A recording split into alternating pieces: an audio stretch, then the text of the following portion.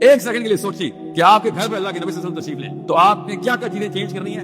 سر کے بال سے جوتے، دیوار سے فرنیچر، ایک ایک چیز ہماری گائیڈنس میں. اور سمجھے خواتین، آپ کو میں ایک بات بتا دوں، اب وہ دور نہیں ہے کہ جس میں مرد اور عورت کوئی آئیڈینٹی بچی ہو. یہ وہ دور ختم ہو چکا ہے. آپ صرف دماغ اور آپ کا کی بورڈ. ایک بندہ ہال میں نہیں ہے، میں گارنٹی دیتا ہوں ایک بھی بندہ اس ہال میں نہیں ہے جو اس سال یا پچھلے کئی سالوں سے ایک دفعہ بھی اس نے میجر کیا میرے بیٹے یا بیٹی کا آئی کیو بڑھ بھی رہا ہے کہ نہیں. اب تو میں ایسے پشتونوں کو جانتا ہوں گھر میں وہ جان کے پشتو نہیں بولتے، کہیں بچہ پشتو نہ بولنا شروع کر دے. قرآن سب سے پہلے کیا کرتا ہے انسان کے ساتھ؟ انسان کو انکمفرٹیبل کرتا ہے. قرآن صبح سے وہ اٹھاتا ہے، راتوں کو قیام کرواتا ہے.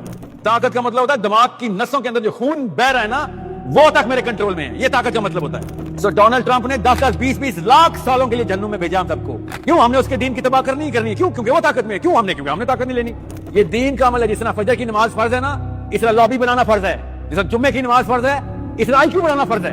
کیا کیا سر؟ انسٹاگرام کیا 5 سال. اس سال کی اسٹارٹ کیا ہے، اگلے سال کیا ہے، اس سے اگلے سال کیا ہے. طاقت میں نہیں آ رہے ہو، دین بھی نہیں ہے. ایلان مسک تلوے چاٹ رہے اس وقت نیتن یاہو کے. کیا کروں میں اس کا $200 بلین کا؟ آپ قرآن کے دشمن ہیں اگر آپ کو اکٹھے نہیں ہو رہے. یہ اکیلے کھیلنے والی فلسفہ بھی امی سے آتا ہے. آپ کو پتا ہے کسی کو نہ دے دیں. کدھر ہے تیرا لنچ، کدھر ہے تیری پینسل. اس بچی کو یہ امتحان نہ ملے، یہ آپ نے پاس کرنا ہے. آپ نہیں پاس کریں گے اس بیچارے پہ امتحان آئے گا. جس بچے کو گناہ کرنا بھی چاہے تو نہیں کر سکتا، سزا ہونی نہیں، اس کو اس کی ماں نے جہنم سے ڈرایا. اللہ نے اس کے اوپر کوئی بوجھ نہیں ڈالا کہ تو بے شک نماز بھی نہ پڑھ. امی نے اس پہ فزکس کیمسٹری کا بوجھ ڈالا ہوا ہے. نرسری رائمز بھی پوری طرح نہیں سمجھ سکتا، اس کو قرآن دے کے ختم کروا دی تو اس کے پاس کیا بچے گا؟ اس کے پاس صرف 4 جملے پڑھیں گے. کیا 4 جملے ہم سب کو ملے تھے؟ پہلا کلمہ طیب.